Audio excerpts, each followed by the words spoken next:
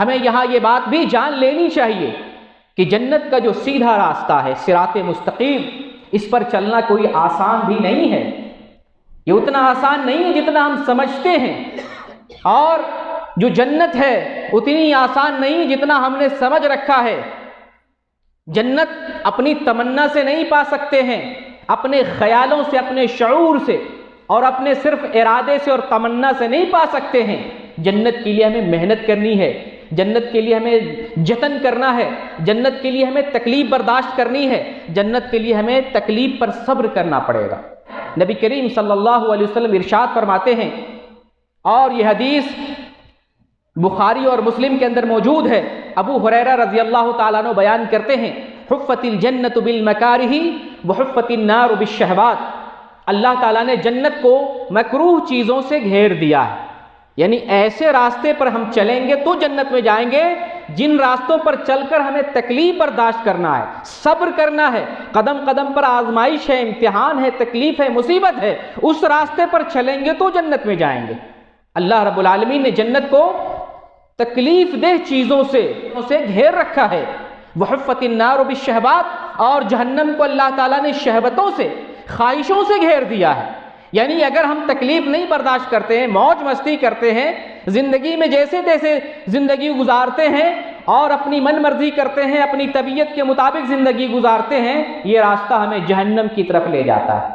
تو جنت کا راستہ اتنا آسان بھی نہیں ہے۔ جنت کے راستے پر چلنے کے لیے ہمیں تکلیف برداشت کرنی ہے، صبر کرنا ہے، صبر کا قدم قدم پر امتحان لیا جائے گا۔ اور بلکہ ایک مثال کے ذریعے میں سمجھانا چاہتا ہوں کہ جنت کا راستہ کتنا کٹھن اور مشکل ہے۔ حضرت عمر فاروق رضی اللہ تعالیٰ عنہ نے ابی بن کعب رضی اللہ عنہ سے سوال کیا۔ آپ پوچھتے ہیں کہ تقویٰ کیا ہے، کسے تقویٰ کہتے ہیں، پرہیزگاری کسے کہتے ہیں؟ تو ابی بن کعب کہتے ہیں، کیا تم نے کبھی کانٹے والے راستے پر سفر کیا ہے؟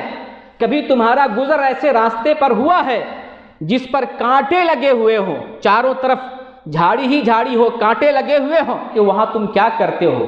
اس راستے پر کیسے چلتے ہو؟ اس راستے پر کیسے گزرتے ہو؟ اس راستے پر چلتے ہوئے تمہیں اپنے جسم کو، اپنے کپڑوں کو کانٹوں سے بچانا پڑے گا۔ اسی کا نام تقویٰ ہے کہ تم اپنے دامن کو برائیوں سے بچاتے ہوئے زندگی گزارو، یہ تقویٰ ہے۔ یہی جنت کا راستہ، یہی تقویٰ۔ کانٹوں بھرے راستے پر چل کر ہمیں جنت ملے گی، اور اگر اپنی مرضی کے راستے پر چلتے ہیں، اپنی طبیعت کے راستے پر چلتے ہیں، اپنی خواہشات اور مرضی کے راستے پر چلتے ہیں، تو یہ راستہ ہمیں جہنم کی طرف لے جائے گا۔ ایک حدیث جو ابو داؤد 4744، سنن ترمذی 2560، یہ حدیث صحیح ہے۔ ابو ہریرہ رضی اللہ تعالیٰ عنہ بیان کرتے ہیں کہ نبی کریم صلی اللہ علیہ وسلم نے ارشاد فرمایا کہ جب اللہ رب العالمین نے جنت کو پیدا کیا، جنت بنایا، تو اللہ تعالیٰ نے جبریل علیہ السلام کو کہا، جاؤ جنت دیکھ کر آؤ، میں نے اپنی مخلوق کے لیے، اپنے بندوں کے لیے، نیک لوگوں کے لیے کیسی جنت بنائی ہے، ذرا جنت کی سیر کر کے آؤ، مجھے بتاؤ۔ جبریل علیہ السلام جنت کا نظارہ کرنے جاتے ہیں اور واپس اللہ کے پاس آ کر بیان کرتے ہیں، اے میرے رب، تیرے عزت کی قسم، جو آدمی بھی جنت کے بارے میں سنے گا جنت میں جانے کی خواہش کرے گا۔ وہ جنت تو ایسی چیز ہے، ایسی جگہ، ایسا ٹھکانہ ہے، جو بھی سن لے گا جنت میں جانے کی تمنا اس کے دل میں پیدا ہو جائے گی۔ پھر اللہ تعالیٰ نے جنت کو تکلیفوں سے گھیر دیا، پریشانیوں سے گھیر دیا، مصیبتوں اور آلام سے گھیر دیا۔ اللہ نے اب جبریل کو کہا، جاؤ جنت دیکھ کر آؤ۔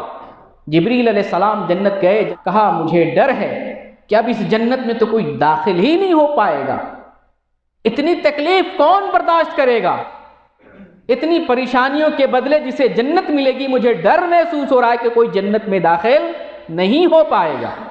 پھر اللہ رب العالمین نے جہنم کو پیدا کیا اور جبریل کو کہا، جاؤ جہنم بھی دیکھ کر آؤ۔ جہنم کیسا ہے؟ جہنم دیکھ کر آئے اور کہا، اے میرے رب، اے میرے اللہ، تیری عزت کی قسم، جہنم تو ایسا ہے کہ اگر کوئی سنے تو اس میں جانے کے لیے گوارا نہ کرے، کبھی وہ جہنم میں جانے کا ارادہ بھی نہ کرے۔ اللہ تعالیٰ نے پھر جہنم کو خواہشوں سے گھیر دیا۔ خواہشات کے ذریعے جہنم کو جب اللہ نے گھیر دیا تب جبریل کو کہا جاؤ اب جہنم کا نظارہ کر کے آؤ۔ جب جبریل جہنم کا نظارہ کر کے آتے ہیں تو کہتے ہیں اللہ مجھے ڈر ہے، مجھے ڈر ہے کہ اس جہنم سے کوئی بچ نہیں پائے گا، اس جہنم سے کوئی بچ نہیں پائے گا، کیونکہ دنیا میں انسان اتنا کیسے قدم پھونک پھونک کر رکھے گا، دنیا کی زندگی میں کیسے سفر کرے گا، کیسے تکلیف کو برداشت کر کے وہ جنت میں جائے گا، اور کیسے وہ خواہشات کو جو ہے کچلتا رہے گا۔ مجھے تو مشکل لگ رہا کہ جنت میں جانا اتنا آسان نہیں ہے، اور جہنم سے کسی کو بچ پانا اتنا آسان بھی نہیں ہے۔